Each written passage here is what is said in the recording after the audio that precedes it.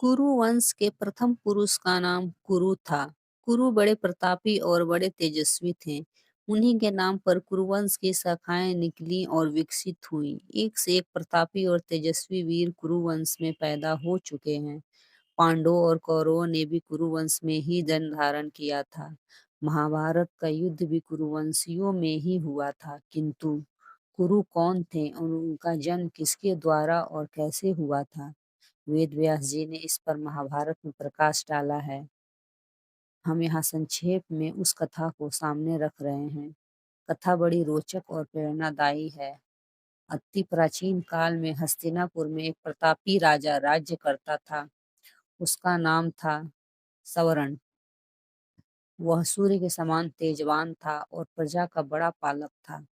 स्वयं कष्ट उठा लेता था, पर प्राण देकर भी प्रजा के कष्ट को दूर करता था।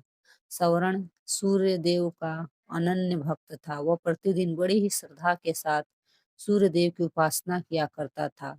जब तक सूर्य देव की उपासना नहीं कर लेता था, जल का एक घूंट भी कंठ के नीचे नहीं उतारता था। एक दिन सवर्ण एक पर्वत पर आखेट के लिए गया।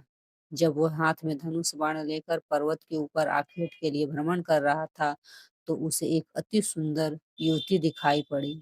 वह युवती सुंदरता के ढांचे में ढली हुई थी। उसके प्रत्येक अंग को विधाता ने बड़ी ही रुचि के साथ सवार सवार कर बनाया था। सवर्ण ने आज तक ऐसी स्त्री देखने को की कौन कल्पना करे कहे कल्पना तक नहीं की थी। सवर्ण स्त्री पर आवस्थ हो गया। सब कुछ भूलकर अपने आप को उस पर निछावर कर दिया। वह उसके पास जाकर तृषित नेत्रों से उसकी ओर देखता हुआ बोला, तन्वंगी तुम कौन हो? तुम देवी हो, गंधर्व हो या किन्नर हो? तुम्हें देखकर मेरा चित्त मचल उठा है। तुम मेरे साथ गंधर्व विवाह करके मेरे साथ भोग करो। पर युवती ने सवर्ण की बातों का कुछ भी उत्तर नहीं दिया। वो कुछ क्षणों तक सवर्ण की ओर देखती रही, फिर अदृश्य हो गई। युवती के अदृश्य हो जाने पर सवर्ण अत्यधिक आकुल हो गया। वह धनुष बाण फेंक कर उन्मत्तों की भांति विलाप करने लगा। सुंदरी तुम कहाँ चली गई? जिस प्रकार सूर्य के बिना कमल मुरझा जाता है और जिस प्रकार पानी बिना पौधा सूख जाता है, उसी प्रकार तुम्हारे बिना मैं जीवित नहीं रह सकता। तुम्हारे सौंदर्य ने मेरे मन को चुरा लिया है। तुम प्रकट होकर मुझे बताओ कि तुम कौन हो और मैं तुम्हें किस प्रकार पा सकता हूँ। युवती पुनः प्रकट हुई और सौरण की ओर देखती हुई भूल बोली, राजन, मैं स्वयं आप पर मुग्ध हूँ, पर मैं अपने पिता की आज्ञा के वश में हूँ। मैं सूर्यदेव की छोटी पुत्री हूँ। मेरा नाम तप्ती है। जब तक मेरे पिता आज्ञा नहीं देंगे, मैं आपके साथ विवाह नहीं कर सकती।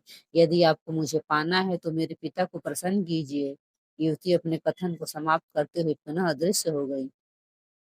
सवर्ण पुनः उन्मत्तों की भांति विलाप करने लगा। वह आकुलित होकर पृथ्वी पर गिर पड़ा और तप्ती तप्ती की पुकार से पर्वत को ध्वनित करने लगा। सवर्ण तप्ती को पुकारते पुकारते धरती पर गिर पड़ा और बेहोश हो गया। जब उसे होश आया तो पुनः तप्ती याद आई और याद आया उसका कथन, यदि मुझे पाना है तो मेरे पिता सूर्य देव को प्रसन्न कीजिए।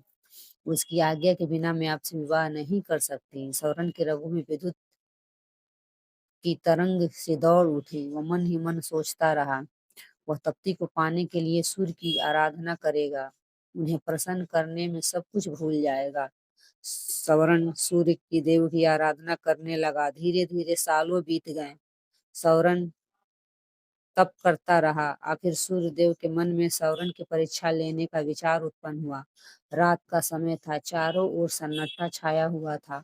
सवर्ण आंखें बंद किए हुए ध्यान मग्न बैठा था। सहसा उसके कानों में किसी की आवाज पड़ी, सवर्ण तू यहाँ तप कर में संलग्न है? तेरी राजधानी आग में जल रही है। सवर्ण फिर भी चुपचाप अपनी जगह पर बैठा रहा। उसके मन में रंच मात्र भी दुख पैदा नहीं हुआ। उसके कानों में पुनः दूसरी आवाज पड़ी, सवर्ण तेरे कुटुंब के सभी लोग आग में जलकर मर गए। किंतु फिर भी वह हिमालय सदृढ़ होकर अपनी जगह पर बैठा रहा। उसके कानों में पुनः तीसरी बार कंठ स्वर पड़ा, स्वर्ण तेरी प्रजा अकाल की आग में जलकर भस्म हो रही है। तेरे नाम को सुनकर लोग थू थू कर रहे हैं। फिर भी वह दृढ़ता पूर्वक तप में लगा रहा। उसकी दृढ़ता पर सूर्य देव प्रसन्न हो उठे और उन्होंने प्रकट होकर कहा, सवर्ण मैं तुम्हारी दृढ़ता पर मुग्ध हूँ। बोलो तुम्हें क्या चाहिए? सौरन सूर्यदेव को प्रणाम करता हुआ बोला, देव, मुझे आपकी पुत्री तप्ती को छोड़कर और कुछ नहीं चाहिए। कृपया करके मुझे तप्ती देकर मेरे जीवन को कृतार्थ कीजिए। सूर्यदेव ने प्रसन्नता की मुद्रा में उत्तर दिया, सौरन, मैं सब कुछ जानता हूँ। तप्ती भी तुमसे प्रेम करती है। तप्ती तुम्हारी है। सूर्यदेव ने अपनी पुत्री तप्ती का सौरन के साथ विधिवत विवाह कर दिया। सौरन तप्ती को लेकर उसी पर्वत पर रहने लगा और राग रंग में अपनी प्रजा को भूल गया। उधर सौरन के राज में भीषण अकाल पैदा हुआ। धरती सूख गई, कुएं, तालाब और पेड़ पौधे भी सूख गए। प्रजा भूखों मरने लगी। लोग राज्य को छोड़कर दूसरे देश में जाने लगे। किसी देश का राजा जब राग रंज में डूब जाता है तो उसकी प्रजा का यही हाल होता है। सौरन का मंत्री बड़ा बुद्धिमान और उदार हृदय का था। वह सौरन का पता लगाने के लिए निकला। वो घूमता घामता उसी पर्वत पर पहुंचा जिस पर सौरन तप्ती के साथ निवास करता था। सौरन के साथ तप्ती को देखकर बुद्धिमान मंत्री समझ गया कि उसका राजा स्त्री के सौंदर्य जाल में फंसा हुआ है। अ, मंत्री ने बड़ी ही बुद्धिमानी के साथ काम किया। उसने सौरन को वासना के जाल से छुड़ाने के लिए अकाल की आग में जलते हुए मनुष्यों के चित्र बनवाए। वह उन चित्रों को लेकर सौरन के सामने उपस्थित हुआ। उसने सौरन से कहा, महाराज, मैं आपको चित्रों की एक पुस्तक भेंट करना चाहता हूँ। मंत्री ने चित्रों की वो पुस्तक सौरन की ओर बढ़ा दी। सौरन पुस्तक के पन्ने पलट पलट कर देखने लगा। किसी पन्ने में मनुष्य पेड़ों की पत्तियां खा रहे थे। किसी पन्ने में माताएं अपने बच्चों को कुएं में फेंक रही थी। किसी पन्ने में भूखे मनुष्य जानवरों को कच्चा मांस खा रहे थे और किसी पन्ने में प्यासे मनुष्य हाथों में कीचड़ लेकर चाट रहे थे। सौरन चित्रों को देखकर गंभीरता के साथ बोला, यह किस राजा के राज्य की प्रजा का दृश्य है? मंत्री ने बहुत धीमे और प्रभावपूर्वक स्वर में उत्तर दिया, उस राजा का नाम सौरन है। यह सुनकर सौरन चकित हो उठा। वह विस्मय भरी दृष्टि से मंत्री की ओर देखने लगा। मंत्री पुनः अपने ढंग से बोला, मैं सच कह रहा हूँ महाराज, ये आपकी ही प्रजा का दृश्य है। प्रजा भूखों मर रही है और चारों ओर हाहाकार मचा हुआ है। राज्य में न अन्न है न पानी है। धरती की छाती फट गई है। महाराज, वृक्ष भी आपको पुकारते पुकारते सूख गए हैं। यह सुनकर सौरन का हृदय कांप उठा। वह उठकर खड़ा हो गया और बोला, मेरी प्रजा का यह हाल है और मैं यहाँ मत में पड़ा हुआ हूँ। मुझे धिक्कार है मंत्री जी। मैं आपका कृतज्ञ हूँ। आपने मुझे जगाकर बहुत अच्छा किया। सौरन तप्ती के साथ अपनी राजधानी पहुंचा। उसके राजधानी में पहुंचते ही जोड़ों की वर्षा हुई। सूखी हुई पृथ्वी हरियाली से ढक गई। अकाल दूर हो गया। प्रजा सुख और शांति के साथ जीवन व्यतीत करने लगी।